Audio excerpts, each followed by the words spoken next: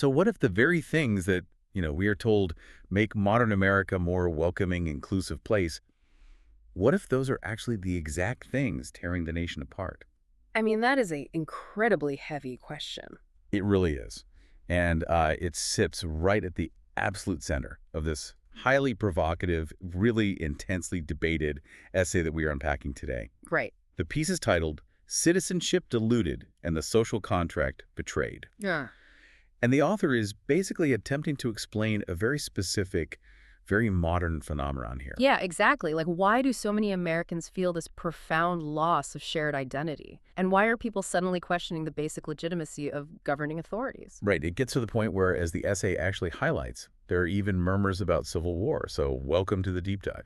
And, because it's such an alarming premise, we really need to set some ground rules for our conversation right off the bat. Absolutely. Because the viewpoints in this source material are so intense and politically charged. Yeah, our goal today is absolutely not to endorse this author's stance, nor is it to condemn it. Right. We aren't taking sides. Exactly. Yeah. We are stepping in as your impartial guides. We're just going to objectively map out the author's arguments step by step so you can see exactly how this particular worldview is built. To give you, the listener, the framework the author uses to arrive at such stark conclusions. And to understand that framework, we actually have to start by zooming way out. No.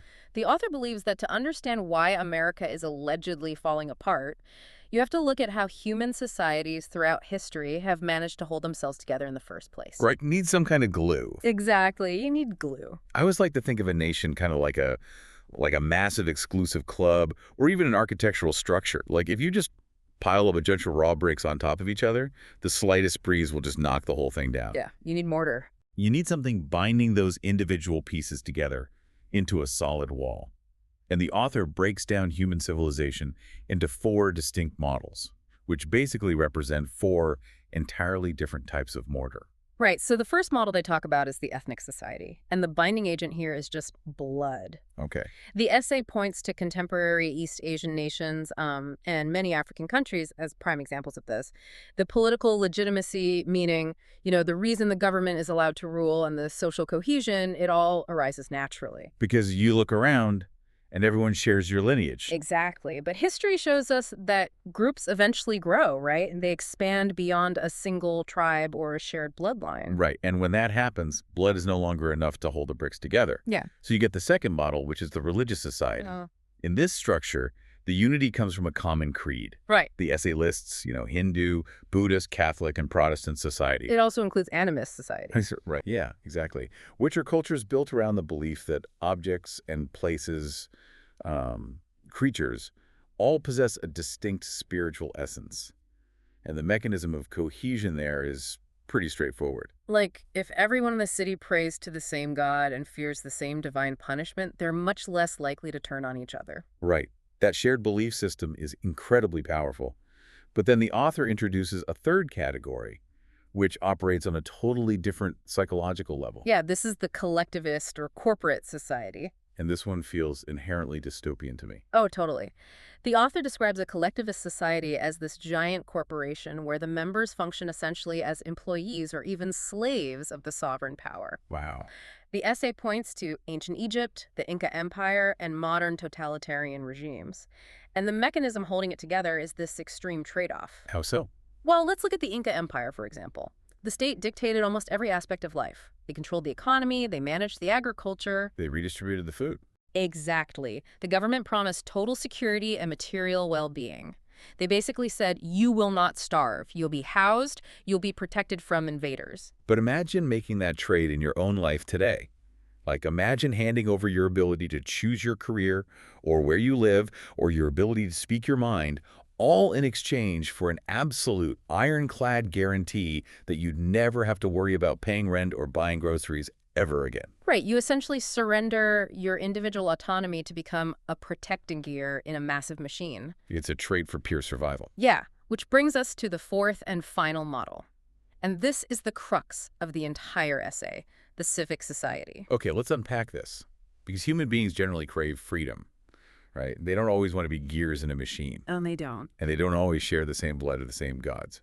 So the author lists ancient Athens, Republican Rome, the Swiss cantons, revolutionary France, and the United States as civic societies. The defining feature here is that the mortar holding the bricks together isn't natural. It's not biology. It's not divine right. It's a legal contract. Exactly. The unity is manufactured strictly by the institution of citizenship. In a civic society, you aren't an employee of the state. You're effectively a shareholder. Okay, so the author is arguing that America isn't bound by shared blood or a single religion, but by this legal contract. It's the difference between being an employee of a collectivist state versus being a shareholder with voting rights in a civic society. That is exactly it. You have voting rights and you have specific obligations. But because this unity is entirely manufactured by law, it's incredibly fragile. Political legitimacy doesn't just exist on its own in this model. It has to be maintained through the careful, deliberate safeguarding of citizens' distinct rights. Which implies that citizenship is the single load-bearing pillar of the entire nation. Yes. If you dilute the meaning of being a citizen, you aren't just updating a legal code, you're actively washing away the mortar that keeps the bricks from collapsing onto the street. And that right there is the bedrock of the author's entire argument. If citizenship is the only thing holding this society together, the rights attached to it have to be guarded fiercely. So how did historical examples actually treat this concept? Because the author uses a striking story from antiquity to illustrate exactly how this operated in practice, right? Yeah, they dive into the New Testament, specifically the Acts of the Apostles, focusing on St. Paul. Okay, picture the historical scene here. Paul is in Roman custody. He is about to be flogged by the authorities. And this wasn't a light beating. Either Roman flogging was a brutal, potentially lethal punishment. Right, and Paul needs to stop this execution. But he doesn't pray for divine intervention. He doesn't appeal to his basic humanity or some idea of universal human rights. Here's where it gets really interesting, because he invokes a very specific bureaucratic status. Yes. He explicitly claims his rights as a Roman citizen. And the flogging immediately stops. I mean, it's wild to think of an ancient religious figure relying on secular bureaucracy to save his skin. What's fascinating here is the mechanics of why that worked. The Roman guards did not care about Paul's Jewish ethnicity. Right. They certainly didn't care about his newly founded Christian faith. The only thing that mattered, and what literally saved him, was his citizenship. Because that legal status provided exclusive civic protections that went far beyond whatever natural rights the Roman Empire afforded to the, millions of non-citizen subjects living under Caesar's rule. Exactly. The author uses this story to establish a baseline. The core takeaway here is exclusivity. Right. Paul demanded his rights be respected precisely because they belonged only to him and his fellow citizens. If you think about the structural logic, if every single person in the Roman Empire had the exact same legal protection against flogging, Roman citizenship would be completely meaningless. Yeah, the value of this citizenship is inextricably linked to the fact that non-citizens do not have it. But wait, applying a 2,000-year-old Roman standard of exclusive rights to the mechanics of a modern democracy? Does that really apply? Are we really supposed to run modern America based on the exclusionary rules of Caesar's empire? Well, the author isn't suggesting we recreate Roman law verbatim, right? The anecdote serves to illustrate a universal mechanical rule of civic societies. Okay. For citizenship to function as the glue of a massive, diverse nation, it has to grant exclusive protections that the authorities fiercely respect and enforce. That sets up a pretty harsh historical standard. And when the essay turns its lens on modern America to see how we measure up to that standard, the author's conclusion is that we have fallen appallingly short. Yeah, this is where we hit the central indictment of the essay. The grievance is that American politicians have deliberately, systematically blurred the line between citizen and non-citizen. And the author provides a really detailed list of policy choices to back this up. They do. It begins with the extension of public resources. Historically, certain civic resources and welfare programs were reserved strictly for the shareholders, the citizens. Right. But the essay argues these are now routinely distributed to non-citizens based on this newer rationale that anyone residing within the borders belongs to the community. And the essay points to the granting of civic privileges as well. Like, think about your own experience. You go to the local DMV to get a driver's license. You bring your birth certificate, utility bills, social security card. You have to prove you're a legal member of the society. Right. But the author points out that official state identification and licenses are increasingly given out regardless of legal status. And politicians render these measures nearly irreversible by establishing municipal and state sanctuary laws. Yep. These effectively create geographic zones where the legal distinction between a citizen and a non-citizen is just deliberately ignored by local authorities. The exclusive Roman standard is basically legally erased in those jurisdictions. The essay also targets the federal census, which is a massive mechanical piece of this argument. Oh, yeah. The author severely criticizes the practice of counting non-citizens in the census for the purpose of apportioning congressional seats. Let's look at the underlying math of how this actually dilutes political power. It's a zero-sum game. Exactly.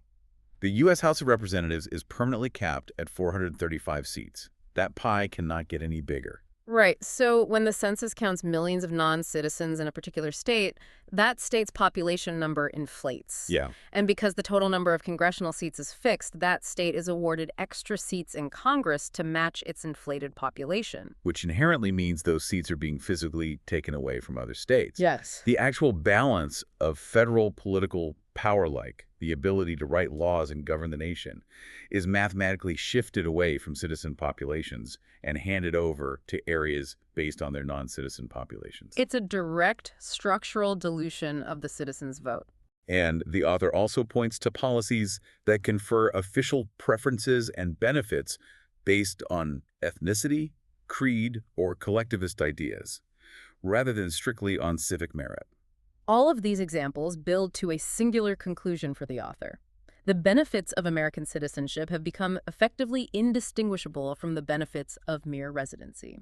So what does this all mean? The author is essentially saying it's like paying premium dues for a gym membership, but management decides to let anyone off the street use the facilities for free. That's a great way to put it. The core contract of membership has been betrayed.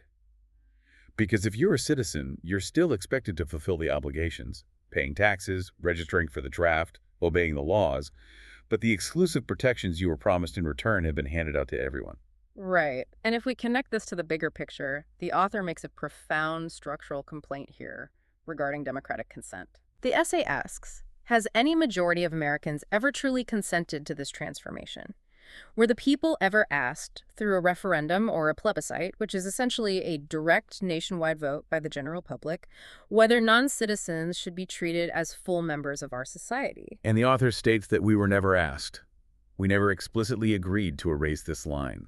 The blame is placed squarely on the shoulders of self-serving politicians who have completely forgotten what a uniquely civic society requires to survive. They washed away the mortar without asking the people who live in the building. Exactly. And if that line between citizen and mere resident has been completely erased, what's the ultimate consequence? Because if that mortar is gone, the consequences are severe. Yeah, the essay concludes with a really dark diagnosis of terminal decline. The author argues that without a bright, strictly enforced distinction between citizens and non-citizens, public faith in the entire system dies. Political legitimacy evaporates. Social cohesion vanishes. It validates that widespread anger we talked about at the very beginning of the show. The author claims that given this structural betrayal, Americans are actually right to view the current political system as illegitimate. Because the social contract has literally been broken by the governing class, the warning is uncompromising. Unless the public once again understands and demands that American citizenship confers unique, exclusive rights, the American civic society is going to collapse entirely. But wait, I have to play devil's advocate here and push back on this. Yeah. Because isn't the common counterargument that expanding rights and providing resources to the vulnerable, making a society more inclusive, isn't that a profound moral good? Like, it's the defining feature of modern progress. Is the author genuinely arguing that inclusivity is a literal existential threat to the nation? Yes. This raises an important question, and it's key to the whole essay. The author completely rejects that modern liberal ideal. In this framework, the view of national survival is entirely zero-sum. The author sees only two paths. You cannot have infinite inclusivity and maintain a civic society. The boundary is what creates the society. So if you remove the boundary to include everyone, the civic glue dissolves. Exactly. And nature abhors a vacuum. If the civic structure collapses, we don't just float into a peaceful, borderless utopia, we revert. Revert to what? We revert to one of those historical models we discussed earlier. Without the legal contract of citizenship to bind us, we will fracture along ethnic or religious lines. Essentially breaking apart into warring tribal factions based on blood or creed. Right. Or the society will devolve into a collectivist corporate state. A totalitarian regime. Yeah, where the chaos becomes so unbearable that the public willingly trades away their individual autonomy just to have a strongman provide basic security and food. There is no middle ground in this view. It's a stark, uncompromising view of how a nation survives. It completely shifts the context of the news cycle. It really does. I mean, we started by mapping out the 4 types of human societies: ethnic, religious, collectivist, and civic. We looked at how St. Paul weaponized the exclusivity of Roman citizenship to save his own life. Right. And then we applied the mechanics of that exclusivity to modern America, looking at how the math of the census and the policies of sanctuary cities might actually be diluting the structural power of the citizen.